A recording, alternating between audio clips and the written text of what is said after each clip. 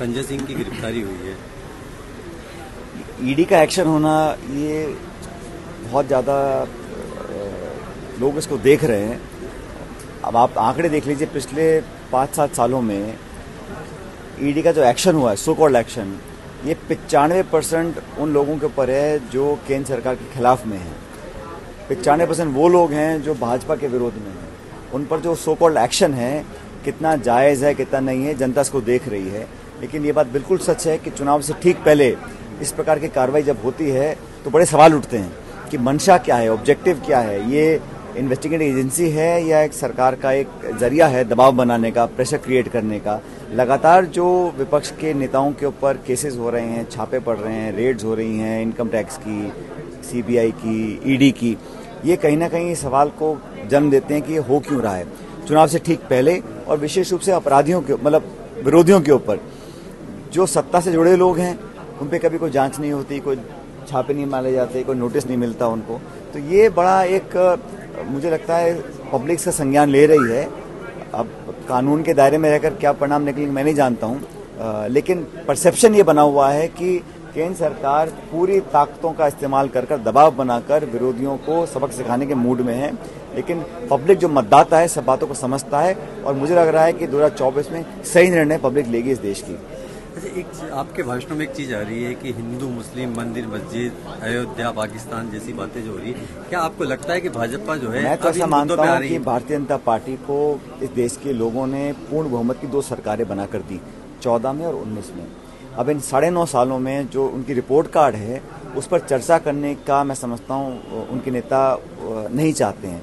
वो हमेशा विवादित मुद्दों को ही प्रासंगिक रखना चाहते हैं। ये एक पुरानी रणनीति है भारतीय जनता पार्टी की। हम लोग चाहते हैं कि चर्चा हो, डिस्कशंस हो, जैसे हमारे कांग्रेस के नेता हम सब लोग या हमारी एनडीए अलायंस के लोग बोलते हैं कि आप बेरोजगारी पर, पत्रकारों की स्वतंत्रता के ऊपर, इन्वेस्टमेंट्स के ऊपर, महंगाई के ऊपर, निवेश के ऊपर, इन पर चर्चा करो और बताओ कि इस देश में खाई क्यों बढ़ गई है अमीर गरीब की, और इतने लाखों करोड़ रुपए उद्योगपतियों के माफ हो जाते हैं, किसानों की कुर्की हो जाती है। इन पर कोई चर्चा करने को तैयार नहीं है। तो जो भावनात्मक मुद्दे हैं या विवादित मुद्दे हैं उनको हवा देकर लोगों का ध्यान डाइवर्ट करने की एक शुरू से कोशिश बीजेपी की रही है। लेकिन अब लोग समझ रहे हैं, इसलिए जो परिणाम आपने देखे कर्नाटक में, हिमाचल में, वो कांग्रेस के पक्ष में आए थे। और जो आने वाले विधानसभा चुनाव हैं इस पर भी मुझे लगता है जनता हमको अपनी मोहर लगाएगी और कांग्रेस पार्टी को विजयी बनाएगी। ईडी की कार्रवाई को लेकर कांग्रेस पहले अपना विरोध जता चुकी है, दिल्ली के अंदर सशक्त विरोध जताया गया। क्या इस तरह का फिर कोई विरोध जैसी कोई बात? देखो, हम लोग तो जो गलत है उसको गलत बोलना पड़ेगा, और अगर सरकारी एजेंसीज इस प्रकार की कार्रवाई करती हैं जो पूर्ण रूप से राजनीति से प्रेरित हैं तो उस पर हम लोग उसका पूरा विरोध भी करते रहेंगे। पहले भी किया है हम लोगों ने, और मुझे लग रहा है कि इस देश के लोग ये जानना चाहते हैं कि ये जो तमाम कार्रवाई है ये सिर्फ विरोधी नेताओं के ऊपर ही क्यों होती है, और इसमें कोई तेरा मेरा नहीं है। इसमें तो पूरे देश में जहाँ जहाँ लोग जो केंद्र सरकार के विरोध में बोलते हैं उसका विरोध, उस पर दबाव डालने की एक कोशिश केंद्र सरकार करती है। चुनाव आते आते जो है मुआवजों पर भी विरोध प्रदर्शन होने लगे हैं। जयपुर में एक बड़ा प्रदर्शन हुआ है कल, उससे किस नजर से देखते हैं? किस तरह के जो है मॉब लिंचिंग जैसे कानून जो है, मुझे लगता है कि जो भी कानून है, जो भी बनने चाहिए, पॉलिसीज हैं, वो एक जैसी होनी चाहिए, कोई पक्षपाती भेदभाव नहीं होना चाहिए। लेकिन हमारा जो चुनाव का मुद्दा है, चाहे राजस्थान है चाहे बाकी जगह, वहाँ किसान, नौजवान, महंगाई, बेरोजगारी, आगे की संभावनाएं, भविष्य की नौजवानों के लिए हम क्या तैयार कर सकते हैं, उस पर करना चाहिए।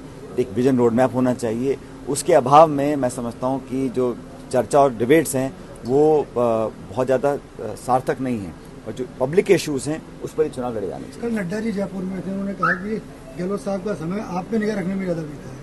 क्या करें? जेपी नड्डा जी ने कल कहा कि गहलोत साहब का समय सरकार चलाने से ज़्यादा आप पे निगाह रखने में बीता है।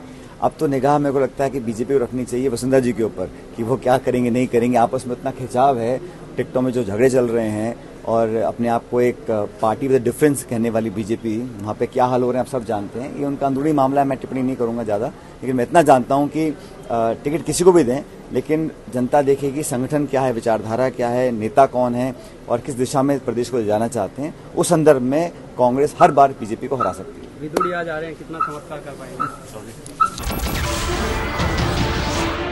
नमस्कार, मैं हूं मानक गुप्ता। अगर आपको हमारा ये वीडियो पसंद आया हो तो इसे लाइक और शेयर जरूर करें, और हां, हमें सब्सक्राइब और फॉलो करना ना भूलें।